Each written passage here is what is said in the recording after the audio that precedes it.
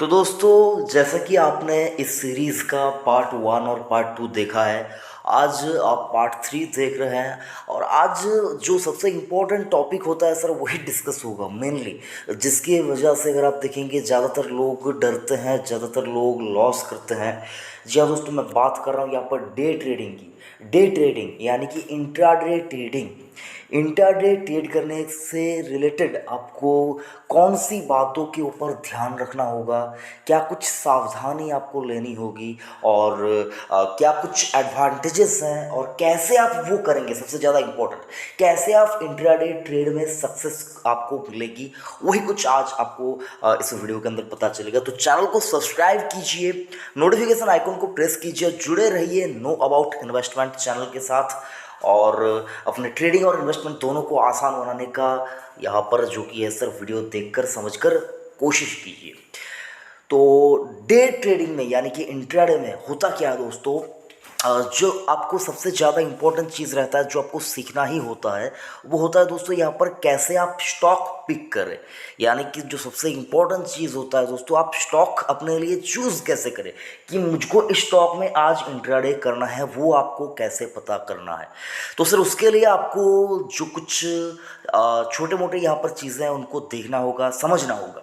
यानी कि सर आप देख पाएंगे, जो लिक्विडिटी का एक कॉन्सेप्ट है सर, लिक्विडिटी यानी कि आप जिस स्टॉक में ट्रेडिंग करने के बारे में सोच रहे हैं, इंट्राडे पोजीशन बनाने के बारे में सोच रहे हैं, वहाँ पर क्या लिक्विडिटी है। यानी कि सर यहाँ पर आपको लिक्विडिटी का पता चलेगा। उसके लिए मैं आपको एक इंडिकेटर का नाम बताता हूँ सर, आप उसको नोट कर लीजिए।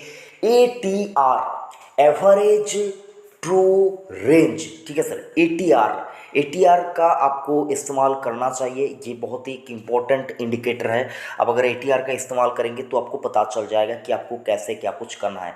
तो यहाँ पर ATR का आप यूज करेंगे। और जो चीज़ है सर, एक चीज़ है एंट्री और एग्जिट की जो ये स्ट्रैटेजी है, एंट्री और एग्जिट का जो ये स्ट्रैटेजी, ये आपको बिल्कुल भी नहीं भूलना है। आपको इमोशन में नहीं बहना है। आपने जिस प्राइस के ऊपर आप एंट्री करेंगे और एग्जिट करेंगे, ये आपको पहले से ही डिसाइड कर लेना है ट्रेड करने से पहले ही। और उसके बाद आपको जो है सर यहाँ पर इंडिकेटर्स का जो है, इंडिकेटर्स आपने जो लगा रखे हैं ट्रेडिंग सेटअप में, उनका यहाँ पर उनको फॉलो ज़रूर से करना है। अगर आप इंडिकेटर्स को फॉलो नहीं करेंगे तो वो ऐसा होगा कि आंख में पट्टी बांध लिया और आप सड़क क्रॉस करने निकल गए। इंडिकेटर में जहाँ जहाँ जैसा कुछ मैंने आपको बताया था कल, कुछ इंडिकेटर्स के बारे में मैंने आपको पिछले वीडियो के अंदर बातचीत की है। आप डिस्कशन चेक कीजिए, आपको जो पार्ट 2 है वो देखने को मिलेगा। वहाँ पर मैंने बहुत सारे इंडिकेटर का नाम यहाँ पर आप लोगों के साथ डिस्कस किया है। उन इंडिकेटर का आप यूज कीजिए। कुछ कॉमन है, कुछ यहाँ पर अनकॉमन है, बहुत कुछ मैंने आप लोगों के साथ बताया है। तो इंडिकेटर्स को आपको फॉलो करना ही होगा। मतलब ये आप देख पाएंगे सर, अगर कुछ होता है ना सर, कुछ बिना जाने अगर आप किसी कोई डॉक्टर अगर कुछ बिना पढ़े, बिना डिग्री लिए, अगर वो मतलब बिना सीखे इलाज करने लग जाए तो ये इलाज नहीं कर पाएगा। उसी प्रकार से इंडिकेटर का इस्तेमाल किए बिना अगर आप ट्रेड करने जाएंगे तो डेफिनेटली ज़्यादा चांसेस है, यानी कि मैक्सिमम चांस है आप फेल ही होंगे। तो इंडिकेटर्स का पालन आपको करना ही होगा। लिक्विड स्टॉक आप कैसे पता करें, तो सर लिक्विड स्टॉक पता करने के लिए आपको सबसे पहले क्या कुछ है सर, आपको पोजीशन बनाने से पहले आपको थोड़ा सा स्टडी करना होगा कि जो आप स्टॉक चूज़ कर रहे हैं सर, वहाँ पर क्या बड़े वॉल्यूम्स होते हैं, क्या वहाँ पर बड़े वॉल्यूम्स यानी कि सर बड़े क्वांटिटी में लोग यहाँ पर स्टॉक बाई करते हैं। बाई और सेल जो कि है सर, वो बड़े अमाउंट का, बड़े वॉल्यूम का होता है। अगर नहीं होता है तो आपको ट्रेड, अगर आपने ले लिया है तो आपको स्क्वायर अप तुरंत कर लेना है सर। तो आपको बड़े वॉल्यूम जहाँ पर होते हैं वहीं पर ही आपको जो कि है ट्रेड लेना है, जिससे आपका प्रॉफिट का चांस मैक्सिमम हो सकता है अगर आप सही ट्रेड पकड़ेंगे तो। और उसके बाद सर है क्या, ट्रेड विद द ट्रेंड। ये आपको बिल्कुल भी नहीं भूलना है सर।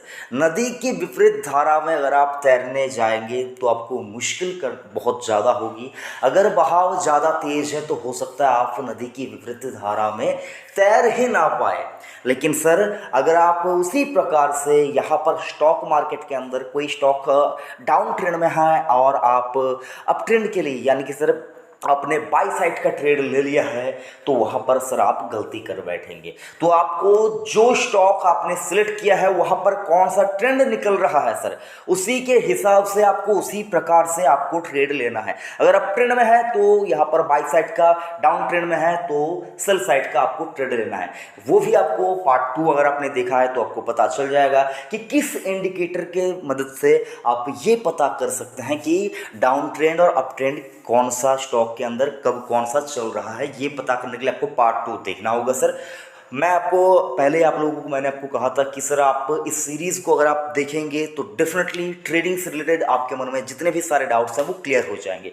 तो ट्रेड विद द ट्रेंड आपको ये बिल्कुल भी नहीं भूलना है। कभी भी इमोशन में आकर आपको ऐसा नहीं करना कि ये स्टॉक तो आज बढ़ जाएगा, चलिए यहाँ पर अब मैं बाजी लगा लेता हूँ, चलिए देख लेते हैं, लेकिन ये चीज़ नहीं करना है। अगर आप एक प्रोफेशनल ट्रेडर बनना चाहते हैं तो सर आपको ये गलती अपने करियर में कभी भी नहीं करना है। आपको कभी भी जो कि है सर ट्रेंड के विपरीत आपको ट्रेड नहीं लेना है। ये आपको बहुत ही इंपॉर्टेंट एक रूल है। मतलब जैसा सर देखेंगे इन्वेस्टमेंट में भी रूल होता है तो सर ट्रेडिंग में भी रूल होता है सर। इन रूल्स को आपको फॉलो करना ही होगा। अगर आप इन रूल्स को ब्रेक करने जाएंगे आपका जो कैपिटल है वो कैपिटल खो जाएगा, पता भी नहीं चलेगा मार्केट से आप कब बाहर हो गए। तो ये आपको बिल्कुल भी नहीं भूलना है सर। तो रिवाइंड करके आप एक बार वीडियो को दोबारा चाहे तो देख लीजिएगा सर। आपको मैंने जो यहाँ पर बात आपसे कही, लेकिन आप यहाँ पर और एक थ्योरी आपको समझाता हूं सर, ये भी आप एक बार देखिए। लिक्विडिटी चेक आप कैसे करेंगे? तो लिक्विडिटी चेक करना एक अगर आप देखेंगे कैलकुलेशन है, इस कैलकुलेशन को भी आपको सीखना होगा। अगर आप सीखना चाहते हैं तो देख पाएंगे एवरेज डेली वॉल्यूम, यानी कि आप देख पाएंगे एनएससी का जो कि सर ट्रेडिंग खत्म होने के बाद, यानी कि सर मार्केट बंद होने के बाद आपको कुछ मिनटों के बाद यहाँ पर एनएससी के ऑफिशियल वेबसाइट के ऊपर जाएंगे, डिलीवरी क्वांटिटी कितना ट्रेड हुआ वो आप देखेंगे और कितने अमाउंट का हुआ है मार्केट कैपिटलाइजेशन के हिसाब से। मार्केट कैपिटलाइजेशन के हिसाब से जो इसका मार्केट कैप है उस हिसाब से कितनी क्वांटिटी ट्रेड हुई है सर, उसको आपको डिवाइड करना है।